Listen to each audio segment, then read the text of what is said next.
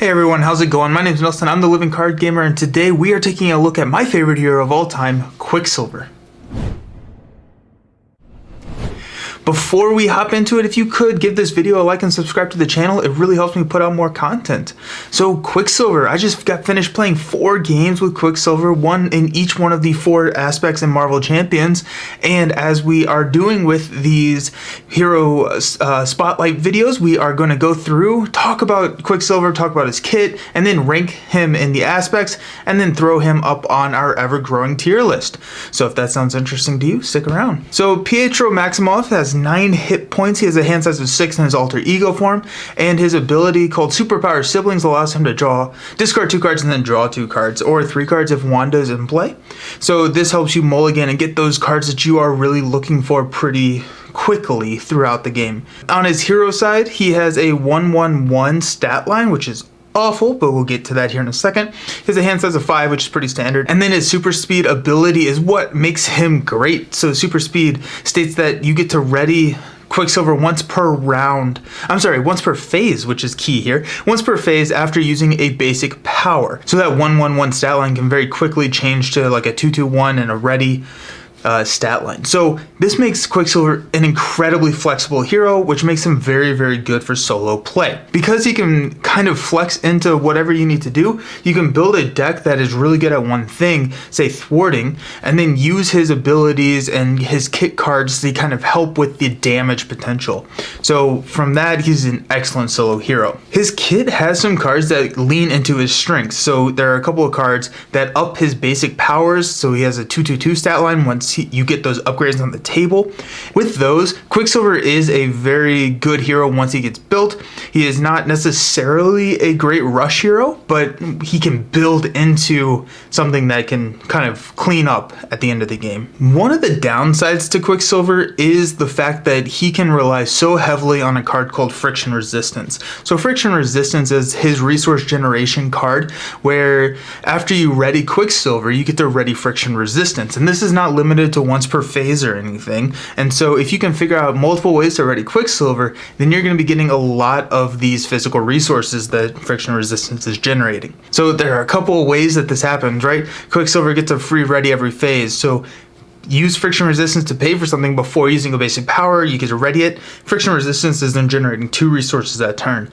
Then there are cards like Always Be Running in his kit that ready Quicksilver, as well as Friction Resistance. And then there are cards in the other aspects that can ready your hero based on what they are doing. So figure out a way to spam Friction Resistance, and Quicksilver becomes a hero that can really put out some high cost or a lot of cards onto the table, because that Friction Resistance can pay for so much. One of the other things that is kind of key to Quicksilver's build is Deft Focus. So Deft Focus is another resource generation card that says you can reduce the next superpower you play by 1. 13 out of the 15 cards in his kit are superpowers, and so this 1 cost upgrade is really going to pay for itself really quickly. So with the combination of these 2 cards, you're going to be able to pay for a lot and really make Quicksilver a fun, flexible hero to play. Alrighty, so let's talk about the games that I've played, and we're going to rank Quicksilver in the 4 aspects.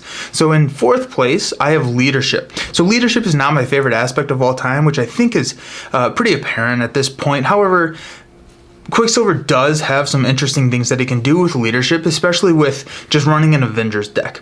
And you can use cards like Earth's Mightiest Heroes, which is exhaust an Avenger character to ready another Avenger character. This is a basic card, so this can actually work in any of the aspects. I just think that it leans into Leadership fairly well.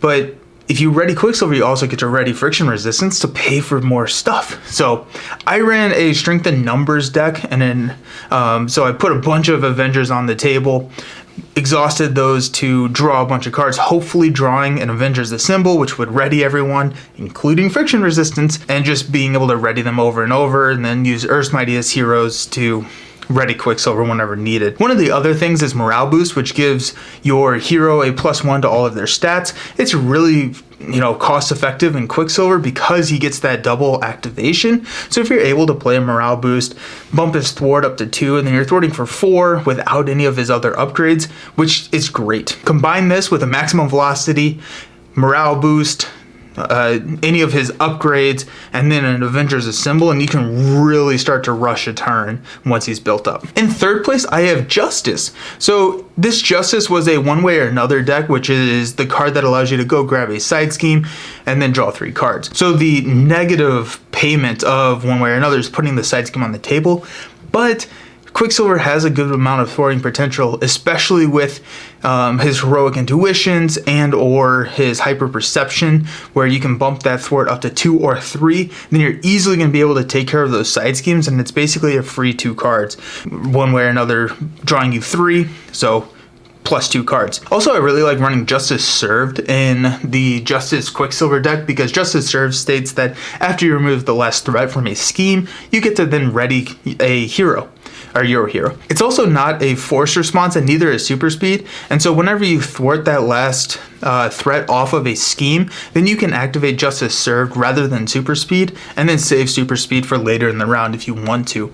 So it's easy to get rid of these side schemes, especially bumping his thwart potential up, and so it makes it a really fun kind of deck. And then you can use his other kit cards and then just basic attacks to kind of kill the villain. My second favorite aspect for Quicksilver is aggression, and I really like aggression, one, because you get to attack a lot, so you can activate a lot of different things like Yarmyorn, which is a Thor's axe, and it's an upgrade that says after your hero makes a basic attack, you can spend a physical resource to deal 2 damage to an enemy, and friction resistance generates a physical resource. And so every single time you're attacking, because you're ready, so will friction resistance, and so you can attack, activate friction resistance, so you attack for 1, friction resistance activates Yarmyorn for 2, so that's 3, then you ready both of them and you can activate them again for 6, and then you have Always Be Running or Battle Furies and the aggression aspect to really start hammering the villain and dealing a significant amount of damage.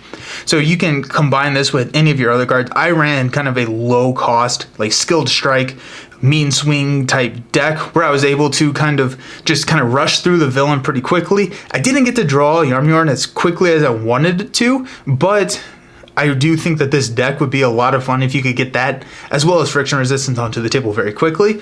I bet you could finish a game very fast. And then my favorite aspect probably does not come as a surprise to anybody, especially if they've watched my top 5 Marvel Champions video, it's protection.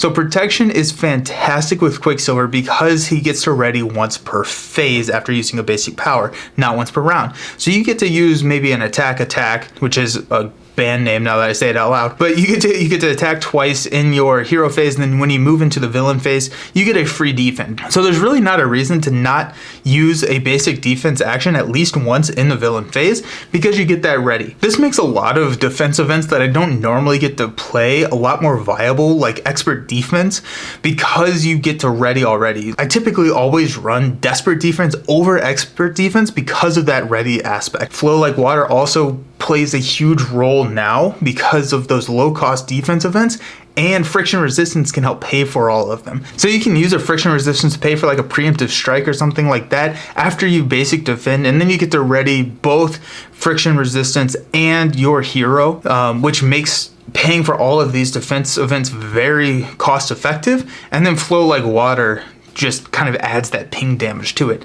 So this makes Quicksilver a great protection hero. You can get him ready to defend another player if you're playing multiplayer, or you can be ready going into the player phase, which is always kind of the downside of protection, is that it removes a lot of the flexibility that some of the other aspects give players, because you're going into your player phase exhausted a lot of the time. So even though I lost the protection game in my playthrough, and I'll link the video up here, I do want to go back and play this deck some more, because Flow Like Water, allowing you to kind of ding a damage every single time you play a defense event, really kind of helps the solo protection build especially well, because of just able to deal damage. And that's kind of, you would play a solo protection and just never get anywhere, right? The villain's not doing any damage to you, and then, you have to find out creative ways to deal damage to the villain, and so those games typically turned into pretty long games. With Flow Like Water, that ping damage comes in very handy. There was one turn, I think it was right before the villain schemed out and won, where I think I did 7 damage on to the villain on my turn. And let me see if I can think about this. It was I preemptive striked a 3 boost card effect, so that's 3 plus friction resistance. I'm sorry, plus flow like water is 4 damage. Then I had electrostatic armor, which was 5, and then I played maybe it was just 6. I did another defense event which did 6 damage, and it was just like that's so much fun. Like that's incredibly fun. So dealing damage on the villain's turn is one of my favorite things to do in this game, and flow like water really helps that. And then having friction resistance to help pay for all of those defense events really takes flow like water into that next stage of, you know, excellent. So that was Quicksilver in the 4 different aspects. So let's add him to our ever-growing tier ranking. So right now we're ranking them S, A, B, C, D, and Quicksilver is going to go at the A tier, but towards the end.